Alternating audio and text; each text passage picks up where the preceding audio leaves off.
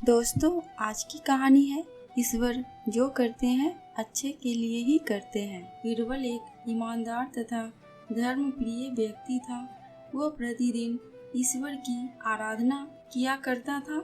वह अक्सर कहा करता था कि ईश्वर जो कुछ भी करते हैं मनुष्य के भले के लिए ही करते हैं। कभी कभी हमें ऐसा लगता है कि ईश्वर हम पर कृपा दृष्टि नहीं रखते, लेकिन ऐसा नहीं है। कभी कभी तो उनके वरदान को भी लोग श्राप समझने की भूल कर बैठते हैं। वह हमें थोड़ी पीड़ा इसलिए देते हैं ताकि बड़ी पीड़ा से बचा जा सके। एक दरबारी को बीरबल की ऐसी बातें पसंद नहीं आती थी। एक दिन वही दरबारी दरबार में बीरबल को संबोधित करता हुआ बोला, देखो ईश्वर ने मेरे साथ क्या किया। कल शाम को जब मैं जानवरों के लिए चारा काट रहा था तो अचानक मेरी छोटी उंगली कट गई। क्या अब भी तुम यही कहोगे कि ईश्वर ने मेरे लिए ये अच्छा किया है?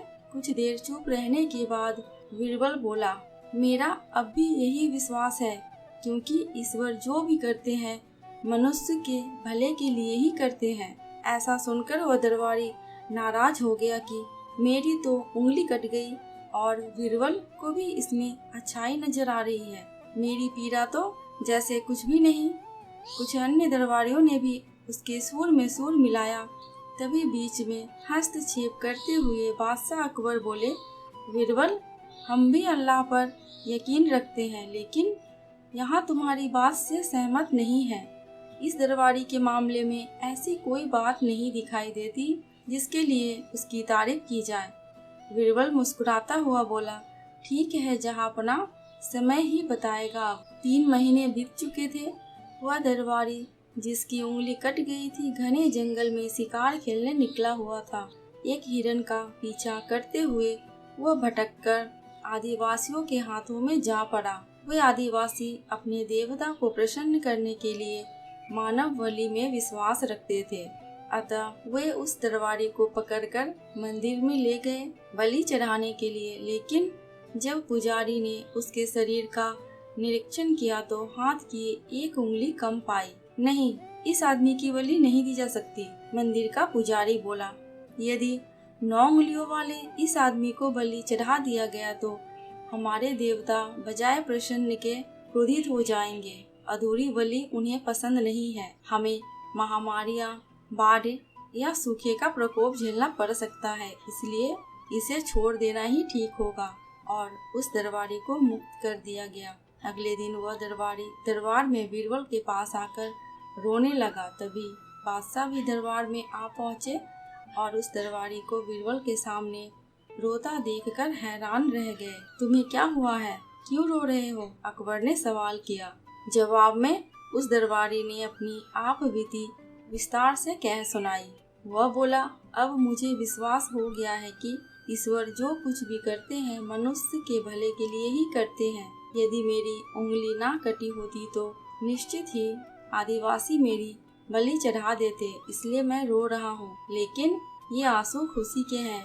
मैं खुश हूँ क्योंकि मैं जिंदा हूँ। बीरबल के ईश्वर पर विश्वास को संदेह की दृष्टि से देखना मेरी बड़ी भूल थी। अकबर ने मंद मंद मुस्कुराते हुए दरबारियों की ओर देखा, जो सिर झुकाए चुपचाप खड़े थे। अकबर को गर्व महसूस हो रहा था कि बीरबल जैसा बुद्धिमान उसके दरबारियों में से एक है। दूसरी कहानी है कवि और धनवान आदमी। एक दिन एक कवि किसी धनी आदमी से मिलने गया और उसे कई सुंदर कविताएं इस उम्मीद के साथ सुनाई कि शायद वह धनवान खुश होकर कुछ इनाम जरूर देगा। लेकिन वह धनवान भी महाकंजूस था। बोला, तुम्हारी कविताएं सुनकर दिल खुश हो गया। तुम कल फिर आना, मैं तुम्हें खुश कर दूंगा। कल शायद अच्छा इनाम मिलेगा। ऐसी कल्पना करता हुआ वह कवि घर पहुंचा और सो गया। अगले दिन वह फिर उस धनवान की हवेली में जा पहुंचा। धनवान बोला, सुनो कवि महाशय, जैसे तुमने मुझे अपनी कविताएं सुनाकर खुश किया था, उसी तरह मैं भी तुमको बुलाकर खुश हूँ। तुमने मुझे कल कुछ भी नहीं दिया, इसलिए मैं भी कुछ नहीं दे रहा। हिसाब बराबर हो गया। कवि बेहद निराश हो गया। उसने अपनी आप बीती एक मित्र को कह सुनाई और उस मित्र ने बीरबल को बता दिया। यह सुनकर बीरबल बोला, अब जैसा मैं कहता हूँ वैसा करो। तुम उस धनवान से मित्रता करके उसे खाने पर अपने घर बुलाओ।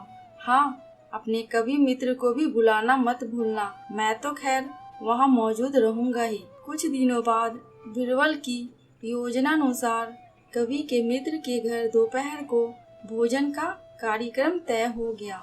नियत समय पर वह धनवान भी आ पहुंचा। उस समय बीरबल, कवि और कुछ अन्य मित्र बातचीत में मशगूल थे। समय गुजरता जा रहा था, लेकिन खाने पीने का कहीं कोई नामो निशान ना था। वे लोग पहले की तरह बातचीत में व्यस्त थे। धनवान की बेचैनी बढ़ती जा रही थी। जब उससे रहा नहीं गया तो बोल ही पड़ा, भोजन का समय तो कब का हो चुका। क्या हम यहाँ खाने पर नहीं आए हैं? खाना? कैसा खाना? बीरबल ने पूछा। धनवान को अब गुस्सा आ गया। क्या मतलब है तुम्हारा? क्या तुमने मुझे यहाँ खाने पर नहीं बुलाया? खाने का कोई निमंत्रण नहीं दिया था? यह तो आपको खुश करने के लिए खाने पर आने को कहा गया था, जवाब बीरबल ने दिया। धनवान का पारा 7वें आसमान पर चढ़ गया। क्रोधित स्वर में बोला, ये सब क्या है? इस तरह किसी इज्जतदार आदमी को बेइज्जत करना ठीक है क्या? तुमने मुझसे धोखा किया है। अब बीरबल हंसता हुआ बोला, यदि मैं कहूँ कि इसमें कुछ भी गलत नहीं है तो तुमने इस कवि से यही कहकर धोखा किया था ना कि कल आना, सो मैंने भी कुछ ऐसा ही किया। तुम जैसे लोगों के साथ ऐसा ही करना चाहिए। धनवान को अब अपनी गलती का आभास हुआ और उसने कवि को अच्छा इनाम देकर वहाँ से विदा ली। वहाँ मौजूद सभी बीरबल को प्रशंसा भरी नजरों से देखने लगे। तीसरी कहानी है लालची नाई। बादशाह अकबर का नाई बीरबल से बहुत जलता था। बीरबल को नुकसान पहुँचाने के लिए वह कुछ भी करने को तैयार था। एक दिन उसने बीरबल को अपने रास्ते से हटाने के लिए एक योजना बनाई। एक दिन जब वह बादशाह की दाढ़ी बना रहा था, तभी उसने बोला, हुजूर आला, क्या आप इस धरती के बाद भी जिंदगी पर भरोसा करते हैं? हाँ करता हूँ, बादशाह ने जवाब दिया। क्या आपके मन में कभी यह जानने की इच्छा नहीं हुई कि आपके पुरखे जन्नत में कैसे रह रहे हैं? नाई ने पूछा। मन में तो कई बार आया, लेकिन कैसे पता लगाऊं? इसका कोई तरीका तो नहीं है मुझे पता, बादशाह ने जवाब दिया। हुजूर, मैं जन्नत जाने का तरीका जानता हूँ। कुछ पहुँचे हुए महात्माओं ने मुझे यह तरीका बताया था। आप तो सिर्फ यह चुनाव कीजिए कि पुरखों की खोज खबर लेने के लिए आप किसे भेजना चाहेंगे। वह व्यक्ति निश्चय ही बहुत बुद्धिमान होना चाहिए, नाई ने कहा। बीरबल, और कौन? मैं उसी को जन्नत भेजूंगा, बादशाह ने कहा। लेकिन एक बात तो बताओ, यह सब होगा कैसे? बहुत आसान है हुजूर। एक चीता जलाई जाएगी, उसमें बीरबल को बिठाकर उन्हें लकड़ियों से ढक दिया जाएगा। जब चीता धूं धूं करके जलने लगेगी तो उसके धुएं के साथ बीरबल महाराज भी जन्नत पहुंच जाएंगे, नाई ने बोला। बादशाह समझ गए कि नाई यह सब बकवास बीरबल को नुकसान पहुंचाने के लिए ही कर रहा है, लेकिन उन्हें बीरबल की काबिलियत पर पूरा भरोसा था, इसलिए उन्हें किसी बात की फिक्र नहीं थी। उसी शाम बीरबल को अपने महल में बुलाकर उन्होंने सारी बात बताई। बीरबल ने हल्की मुस्कान के साथ पूरी बात सुनी। देख लो, इस बार मुकाबला नाई महाराज से है, बादशाह हंसे। पछताएगा नाई, बहुत पछताएगा, बीरबल बोले। खैर, मैं चिता पर कुछ दिनों बाद चढ़ूंगा, आप मुझे थोड़ा समय दीजिए।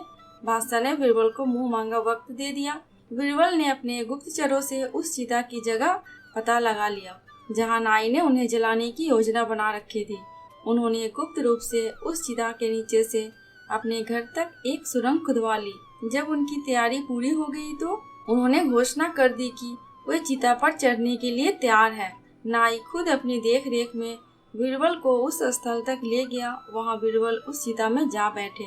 फिर चिता में आग लगा दी गई। बीरबल चुपचाप सुरंग से होते हुए अपने घर लौट आए। उधर नाई की खुशी का कोई सीमा नहीं थी। वह यही समझ रहा था कि उसने अपनी चतुराई के बल पर बीरबल को ठिकाने लगा दिया है। बीरबल के विरोधी दरबारी भी बहुत खुश थे। उन्होंने राम दरबार में बीरबल का पद हथियाने की योजना बनानी भी शुरू कर दी थी। अपने घर में कुछ हफ्ते गुजारने के बाद बीरबल एक दिन अचानक राज दरबार जा पहुँचे। घर में रहने के दौरान उन्होंने ना अपने बाल बनवाए थे और ना ही दाढ़ी बनवाई थी। उन पर नजर पड़ते ही बादशाह खुशी से झूम उठे और उनका स्वागत करते हुए बोले, आओ बीरबल आओ, जन्नत में हमारे रिश्तेदारों के क्या हाल है। जहांपना जन्नत में सब कुछ ठीक ठाक है, आपके रिश्तेदार भी मजे में हैं। वहाँ आपके पिता और दादा आपके लिए दुआ करते हैं। वैसे तो जन्नत में सुख सुविधाओं की कोई कमी नहीं है, फिर भी एक समस्या जरूर है, वहाँ कोई नाई नहीं है। आप खुद देख रहे होंगे ना कि मैं भी वहाँ रहकर ना अपने बाल बनवा सका और न ही दाढ़ी। आपके पुरखों के बाल और दाढ़ी भी काफी बढ़ आए हैं। उन्होंने कहलवाया है कि आप उनके लिए किसी अच्छे नाई को भेजें। बीरबल की बात सुनकर बादशाह मन ही मन में हंसे। वह बीरबल की योजना अच्छी तरह से समझ रहे थे। वह तुरंत बोले, हाँ क्यों नहीं, मैं उनके लिए अपने शाही नाई को ही भेज दूंगा। यह कहते हुए बादशाह ने नाई को स्वर्ग जाने की तैयारी करने का हुक्म दिया। नाई ने खुद को स्वर्ग भेजे जाने का जमकर विरोध किया, लेकिन बादशाह ने उसकी एक ना सुनी। नाई उस दिन को कोस रहा था जब उसने बीरबल को जलाकर मारने की योजना बनाई। अगले ही दिन उसे जीवित ही चिता पर रखकर जला दिया जाता है। इस तरह लालची नाई को अपने कर्मों का फल मिल गया, जैसी करनी वैसी भरनी। दोस्तों, आपको ये सारी कहानियाँ कैसी लगी प्लीज कमेंट करके हमें जरूर बताना। अगर थोड़ी सी भी अच्छी लगी हो तो प्लीज मेरे चैनल को सब्सक्राइब करके मेरी वीडियो को लाइक एंड शेयर कर देना। अंत तक वीडियो में बने रहने के लिए आपका दिल से बहुत बहुत शुक्रिया।